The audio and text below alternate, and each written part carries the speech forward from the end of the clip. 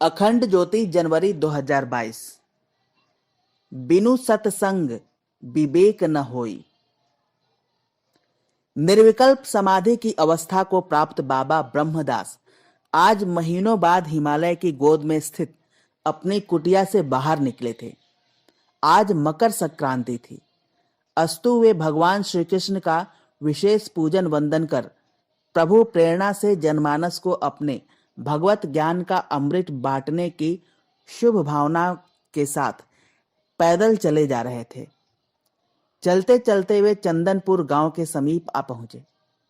गांव वालों ने उनका बहुत आदर सत्कार किया और यह विनती भी की, महात्मन, आज संक्रांति के पावन अवसर पर हमारे गांव चलकर आप उसे अपने चरणों की रज से पवित्र करने की कृपा करें।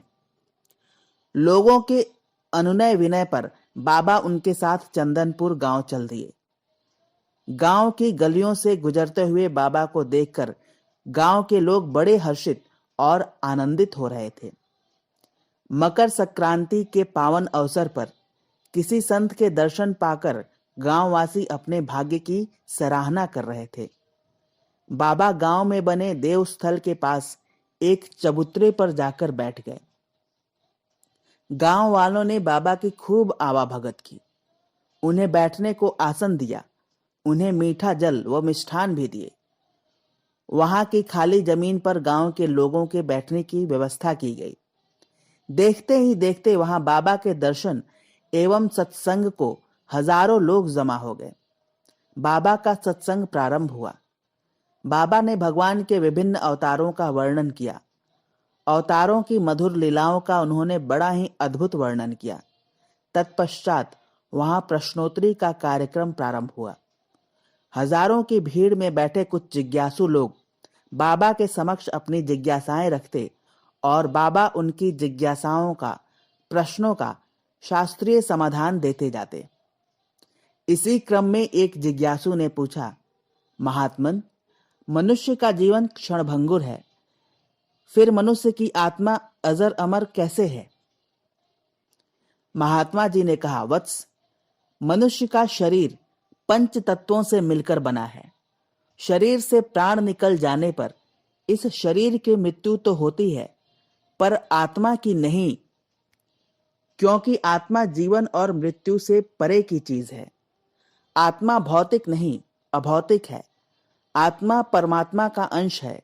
यह न तो जन्मती है और न ही मरती है। यह अजन्मा, नित्य, सनातन और पुरातन है। शरीर के मारे जाने पर भी यह नहीं मारी जाती। इस आत्मा को शस्त्र नहीं काट सकते, इसको आग नहीं जला सकती, इसको जल नहीं गला सकता और वायु इसे सुखा नहीं सकती। वे आगे बोले, मृत्यु के पश्चात पंच तत्वों से बना शरीर तो पंच तत्वों पृथ्वी, जल, वायु, अग्नि, आकाश में विलीन हो जाता है, पर आत्मा पंच तत्वों से नहीं बनी है। यह तो परमात्मा का अंश है, परमात्मा की चिंगारी है, जो आत्मा के रूप में मनुष्य के शरीर में निवास करती है। इसलिए शरीर की मृत्यु के पश्चात भी आत्मा की मृत्यु नहीं होती। जैसे मनुष्य पुराने वस्त्रों को त्याग कर दूसरे नए वस्त्रों को ग्रहण करता है, वैसे ही जीवात्मा पुराने शरीरों को त्याग कर दूसरे नए शरीरों को प्राप्त करती है। अस्तु, मृत्यु तो शरीर की होती है, उस शरीर में वास कर रही जीवात्मा की नहीं। जीवात्मा पुनः अपने कर्म के अनुसार नए शरीर को प्राप्त कर लेती है। जैसे कोई पुराने फटे वस्त्र को त्याग कर कोई नया वस्त्र धारण कर लेता है। उक्त प्रश्न के उत्तर के पश्चात सत्संग में बैठे किसी दूसरे जिज्ञासु ने पूछा, महात्मन, यदि आत्मा ईश्वर का अंश है तो शरीर में रहते हुए हमें इसकी अनुभूति क्यों नहीं होती? इस पर महात्मा जी ने कहा, जैसे पूर्णिमा का पूर्ण चंद्रमा अपने संपूर्ण स्वरूप में अपनी सभी कलाओं व संपूर्ण सौंदर्य के साथ जब समुद्र में प्रतिबिंबित होता है, तो समुद्र में उठ रही ऊंची ऊंची लहरों के कारण हमें उसका पूर्ण स्वरूप, स्थिर स्वरूप नहीं दिखाई देता, पर जैसे ही समुद्र की लहरें पूरी शांत हो जाती हैं, तो उसी पल हमें चंद्रमा का पूर्ण सौंदर्य, पूर्ण स्वरूप उस समुद्र की सतह पर प्रतिबिंबित दिखाई पड़ जाता है। उस सौंदर्य को देखकर हमारा चित्त आनंदित होता है, हमारी आत्मा आनंदित होती है। उसी प्रकार हमारी जीवात्मा परमात्मा का अंश है, पर अज्ञानवश स्वयं को शरीर, मन, बुद्धि और प्राण मान लेने के कारण हमें अपने ही शरीर में स्थित परमात्मा के दिव्य अंश आत्मा की अनुभूति नहीं हो पाती। हमारे चित्त में उठ रही कामनाओं, वासनाओं की ऊंची ऊंची लहरों के कारण हमारे ही अंदर वास कर रही परमात्मा की सजीव चिंगारी आत्मा की अनुभूति नहीं हो पाती।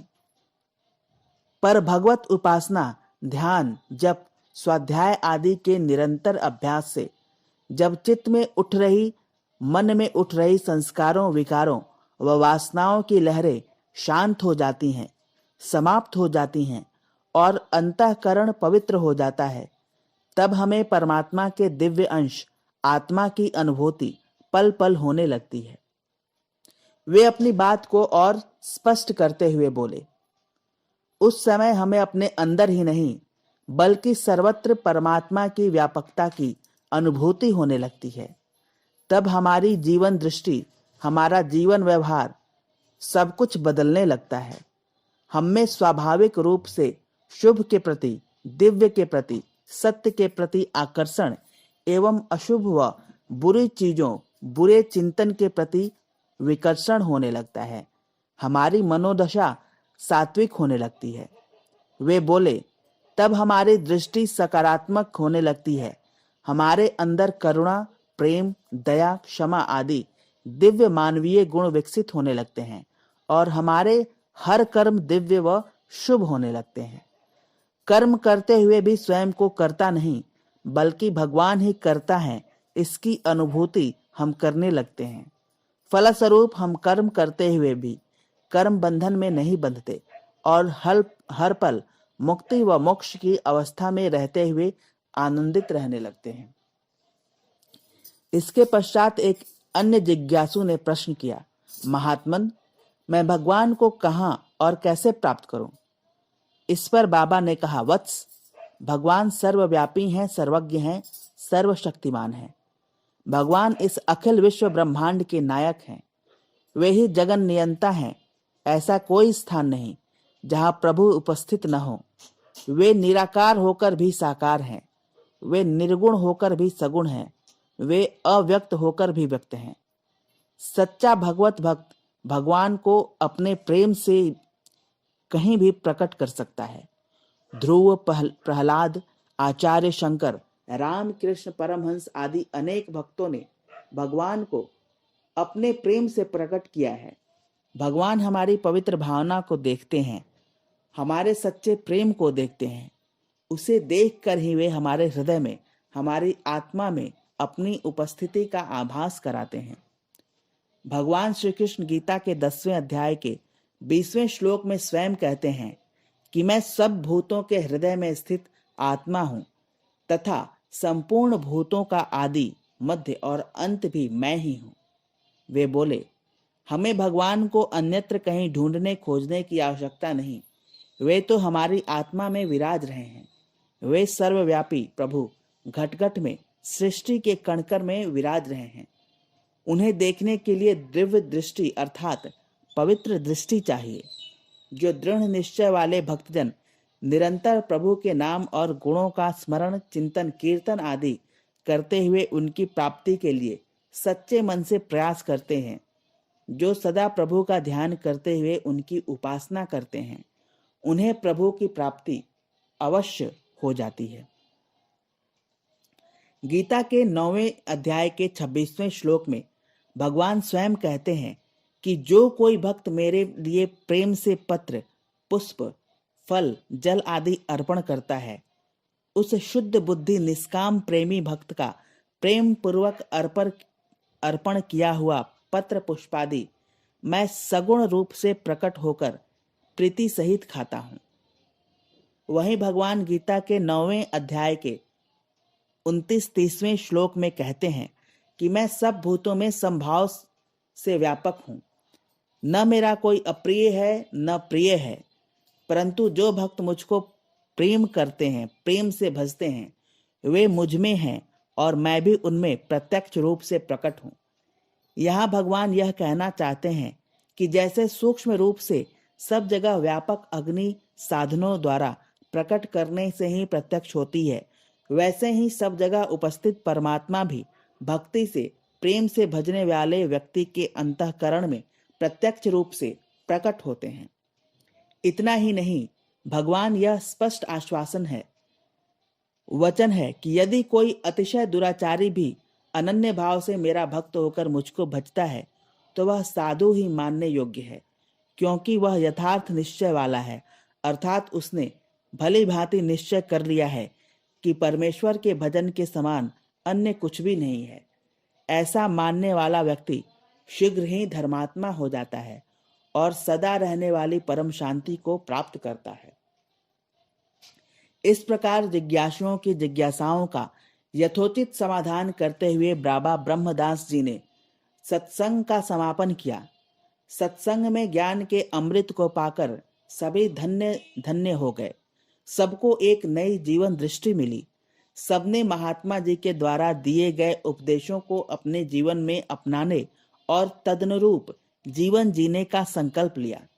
सत्संग से उन सबके जीवन में बड़ा बदलाव आया। सभी ग्रामवासी नित्य भगवत उपासना, भजन, ध्यान, सुमिरन करने लगे।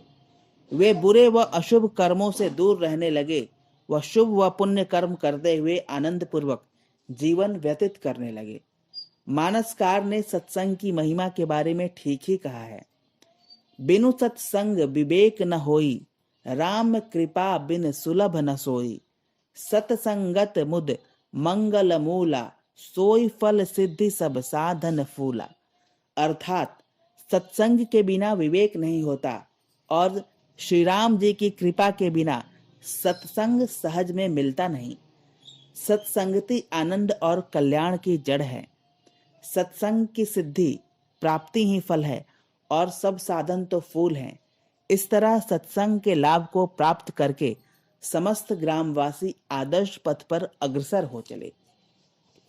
समाप्त।